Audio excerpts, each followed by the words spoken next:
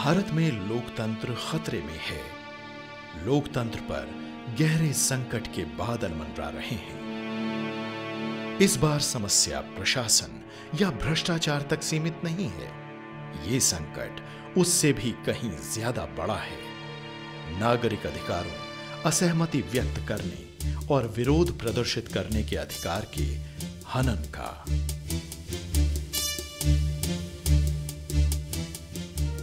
लोकतंत्र के 6 दशकों के अनुभव में कांग्रेस पार्टी ने भारत पर 5 दशक से भी ज्यादा समय तक शासन किया है। लोकतंत्र के इतिहास में अनगिनत ऐसे उदाहरण हैं जिनसे पता चलता है कि कांग्रेस ने बार बार नागरिकों के मूल अधिकारों पर चोट की है। ये कांग्रेस द्वारा अभिव्यक्ति की स्वतंत्रता और असहमति के अधिकार को दबाने और कुचलने की शर्मनाक कहानी है।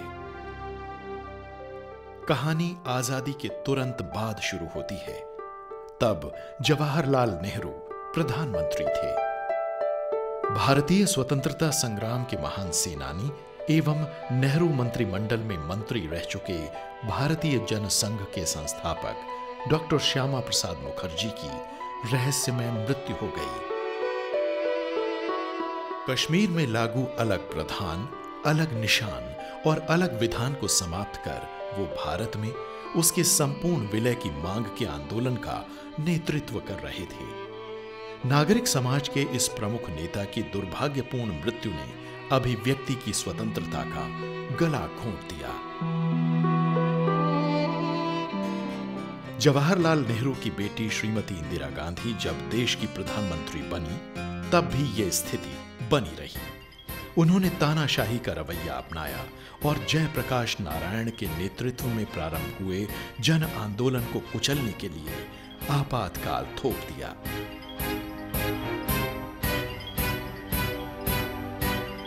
ये भारतीय लोकतंत्र के इतिहास में सबसे अंधकारमय दिन थे। ये स्थिति अब भी बनी हुई है जब यूपीए सरकार देश का संचालन कर रही है। वर्ष 2004 से कांग्रेस अवसरवादी और भ्रष्ट सहयोगियों के साथ जब से सत्ता में वापस आई है, तब से उन्होंने इतना भ्रष्टाचार किया है जितना भारत के इतिहास में कभी नहीं देखा गया। दूसरे कार्यकाल के लिए वर्ष 2009 में कांग्रेस की वापसी ने उन्हें अपने भ्रष्ट साम्राज्य को आगे बढ़ाने के लिए पहले से भी ज्यादा आत्मविश्वास दिया। 2G स्पेक्ट्रम, राष्ट्रमंडल खेल, आदर्श सोसाइटी आदि कई घोटाले सामने आए। जब पूरा देश बढ़ती मुद्रास्फीति, भ्रष्टाचार, सरकार के अपारदर्शी व्यवहार और कांग्रेस द्वारा बार बार न्यायालयों को गुमराह करने की घटनाओं से कुंठित हो गया, तब नागरिक समाज द्वारा बड़ी संख्या में प्रदर्शन किए गए।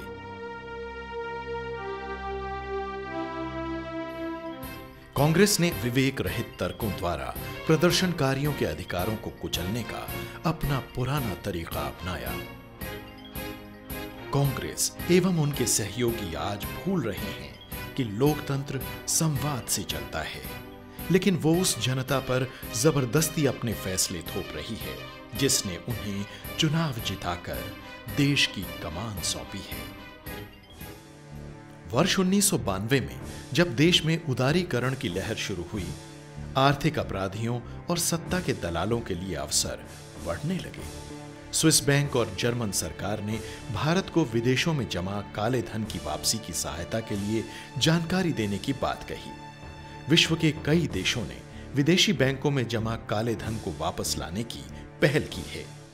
यह आश्चर्य की बात है कि भारत की सरकार स्विस बैंकों से काले धन की वापसी को लेकर अब तक भी गंभीर नहीं हुई है। बाबा रामदेव ने इस मामले में सरकार की निष्क्रियता को लेकर आंदोलन करने की घोषणा की।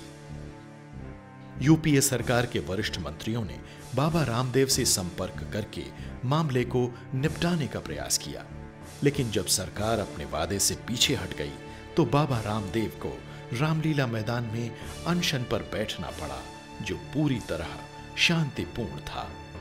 वहां आप सभी ने बाबा रामदेव और उनके अनुयायियों पर आधी रात को बर्बरतापूर्वक की गई कार्रवाई को देखा। कांग्रेस ने न ही स्विस बैंक से काले धन की वापसी को लेकर कोई प्रयास किया और न ही इसके अपराधियों को दंडित किया। कांग्रेस ने इसके उलट बाबा रामदेव पर ही विभिन्न धाराओं के तहत मुकदमे दर्ज कर दिए।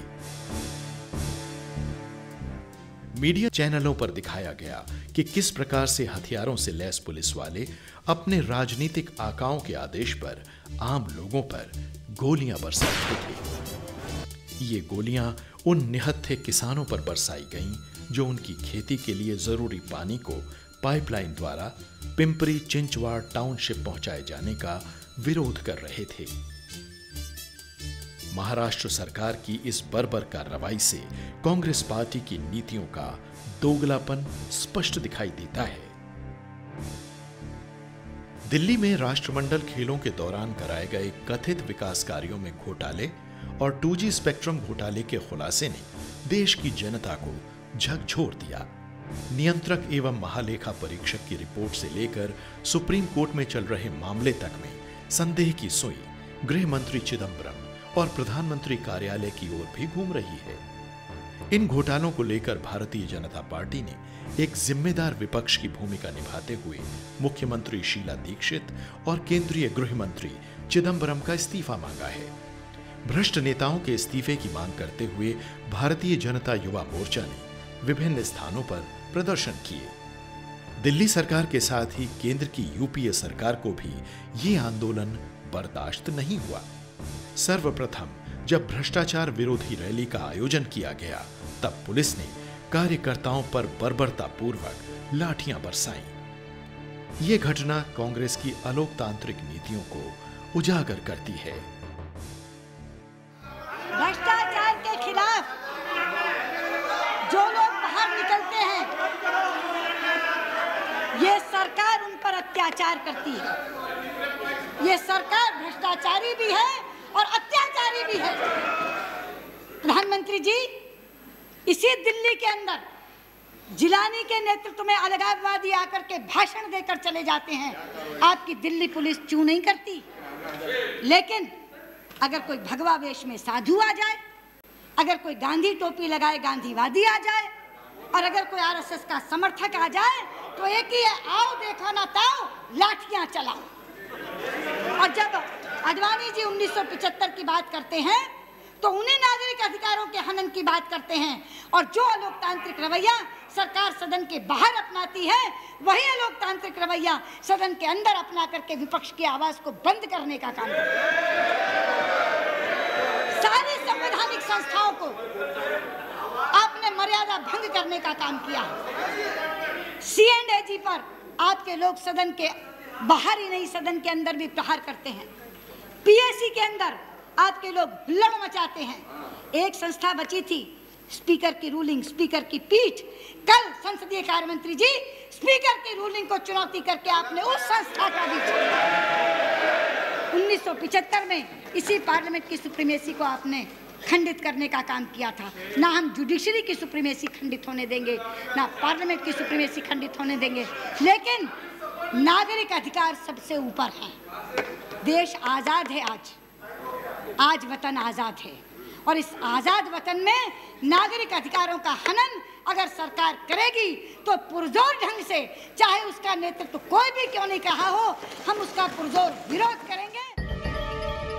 एक 73 साल के बुजुर्ग ने 5 अप्रैल 2011 को दिल्ली में उपवास शुरू किया। ये व्यक्ति था किशन बाबू राव हजारे। उनकी विशेष मांग थी कि भ्रष्टाचार निरोधी कानून लोकपाल के निर्माण में सिविल सोसाइटी के सदस्यों को भी शामिल किया जाए। अन्ना हजारे को सिर्फ एक आदमी जो भूख हड़ताल पर बैठ गया है मानना ठीक नहीं। वो गंभीर मुद्दे को लेकर उपवास कर रहे हैं। जब सरकार 2G स्पेक्ट्रम आवंटन और राष्ट्रमंडल खेलों के घोटालों की बाढ़ में डूबी हुई थी, अन्ना ने इस देश की कुंठित भावनाओं को स्वर दिया। इससे उत्पन्न लहर को उन्होंने सफलतापूर्वक आंदोलन में बदल दिया। देश के कोने कोने से नागरिक कार्यकर्ता और अभिजात्य वर्ग के लोग अन्ना के समर्थन में आ जुटे। 8 अप्रैल को सरकार इस बात पर सहमत हो गई कि अन्ना द्वारा चुने गए 5 सदस्य लोकपाल विधेयक की प्रारूप समिति के सदस्य होंगे। प्रारूप समिति की लगातार बैठकों में अनेक मुद्दों पर असहमति रही, फिर भी कांग्रेस ने सभी परंपराओं को तोड़ते हुए अपना विधेयक प्रस्तुत कर दिया। अन्ना हजारे की टोली ने अधूरे अथवा अपर्याप्त प्रावधान वाले विधेयक के संबंध में सरकार को चेताया। साथ ही 16 अगस्त से दोबारा विरोध प्रदर्शन की तैयारी भी शुरू कर दी। कांग्रेस लोकतांत्रिक व्यवस्थाओं पर चोट करने के अपने पुराने ढर्रे पर वापस आ गई। बाहर उन्होंने अन्ना हजारे उनके साथी की आवाज को दबाया, लेकिन आज तक इमरजेंसी को छोड़ करके अध्यक्ष की आवाज कभी किसी सरकार ने दबाने की कोशिश नहीं की। कब से शुरू हुआ? पहले उन्होंने अन्ना को जंतर मंतर पर अनशन की अनुमति नहीं दी। फिर 16 अगस्त की सुबह अनशन से पहले ही अन्ना को और उनकी टीम को गिरफ्तार कर लिया गया तथा मैदान में किसी के भी अनशन करने पर पाबंदी लगा दी गई। ऐसा लगता है कि यूपीए सरकार एक और आपातकाल की ओर बढ़ रही है। इंदिरा गांधी के शासनकाल की तुलना में इस समय इसके अधिक स्पष्ट संकेत दिखाई दे रहे हैं। On one hand, you sent ministers to receive Baba Ramdev. You formed a drafting committee with Shri Anna Hazare and his team. And then in the middle of the night, you unleashed them with lathis. You followed the police power approach to solve a political problem. Smugness, Mr. Prime Minister, which has become a character of this government. Arrogance of power, which has become a character of this government. Is the Congress party willing to give an undertaking to this country that it will never organize a protest of more than 5,000 people? Are you willing to abide by each of these conditions that you have imposed on Anna Hazare and his people? Your people can go and break section 144 in any adjoining state in Uttar Pradesh, and you can say a right to protest is my fundamental right. But when it comes to Delhi, you adopt an alternative argument. If the country is exasperated with corruption, you address the problem of corruption. If a citizens group wants to protest, you allow him to protest. How can you rake up a plea today? Well, there should be no participation of anyone outside parliament in the drafting of the laws. What is the National Advisory Committee? It's a group of citizens. You are using them effectively to draft your laws. Your ministers even don't have the courage to start opposing the laws that they are drafting. So if another group of citizens says, I have a viewpoint, consider it. I want to campaign, crusade. They are not replacing parliament. Even the laws drafted by your NSE will come up before the government or the parliament. Therefore, if a group of citizens says, I have an alternate view, we may eventually not accept a lot of what they say. We may accept some suggestions of what they say. But how can you take away and snatch their right to say? Do we even recollect any illustrations from the British regime where these kind of restrictions were being imposed on the freedom fighters and Gandhiji? They had hundreds of protests, have only minuscule protests, have only small protests, don't have a large protest. And if the government of the day becomes so dictatorial, so oppressive, then a citizens group may well say, I am willing to offer satyagraha and even go to prison. They have a right of peaceful protest, and till the very end, we will uphold that right of peaceful. स्वतंत्रता से अब तक कांग्रेस की ये प्रवृत्ति रही है कि किसी भी तरह लोकतांत्रिक मूल्यों को दबाया जाए। हजारों ऐसी घटनाओं को गिनाया जा सकता है जिसमें कांग्रेस ने अपने शासनकाल के दौरान लोकतांत्रिक अधिकारों का दमन किया है। भारत एक राष्ट्र के रूप में शताब्दियों तक विदेशी शासकों के दमन से जूझता रहा है। हमने लाखों लोगों के बलिदान के बाद ये आजादी पाई है। अब इसी तरह कांग्रेस और गठबंधन में शामिल इसके अवसरवादी सहयोगी भी देश को अपनी संपत्ति मनमानी करके शासन करना चाह रहे हैं। आज हम आजादी की एक और लड़ाई की ओर बढ़ रहे हैं। लोकतंत्र में हमारे संविधान ने जो मूलभूत अधिकार, फंडामेंटल राइट्स हमको दिए हैं, जो फ्रीडम ऑफ स्पीच हमारे बीच में हमको मिले हुए अधिकार के रूप में है, उस अधिकारों का विचार करते हुए लोकतंत्र में जिस प्रकार से इस अधिकारों का खुले रूप से सरकार की तरफ से हनन हो रहा है, ये लोगों के सामने है कि ये सवाल पैदा हुआ है कि क्या इस देश में शांतिपूर्ण तरीके से, लोकतांत्रिक मार्ग से, अहिंसात्मक मार्ग से भ्रष्टाचार के खिलाफ, काले धन के खिलाफ बोलने का अधिकार है क्या? क्या भ्रष्टाचार जो हुआ है उसके खिलाफ आंदोलन करने का अधिकार है क्या? कहीं जुलूस निकालने का अधिकार है क्या? अनशन करने का अधिकार है क्या? क्या यह भी सरकार तय करेगी? यानी कोई मर्यादा नहीं, ना मीडिया की चिंता है, ना जुडिशरी की चिंता है, ना लोकतंत्र की चिंता है, ना देश के जनता की चिंता है। लगातार जिस प्रकार से इसको दबाया जा रहा है, जिस प्रकार से व्यवहार किया जा रहा है, उसके कारण पूरे देश में, पूरी जनता के बीच में रोष है, सभी पार्टियों के बीच में रोष है, और मुझे ऐसा लगता है कि एक लोकतंत्र के लिए खतरा है।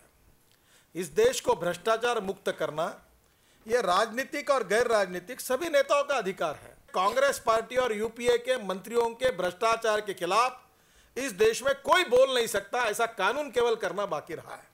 ये लोकतंत्रों को कुचलने की बात प्रधानमंत्री और इनकी यूपीए सरकार और कांग्रेस पार्टी कर रही है, इसका हम निषेध कर रहे हैं, धिक्कार कर रहे हैं, और पूरी शक्ति के साथ इस देश को भ्रष्टाचार मुक्त करने के लिए हम संघर्ष करेंगे, और लोकतंत्र के खिलाफ जो कुछ चल रहा है उस लोकतंत्र को बचाने के लिए हम लोगों के पास जाएंगे।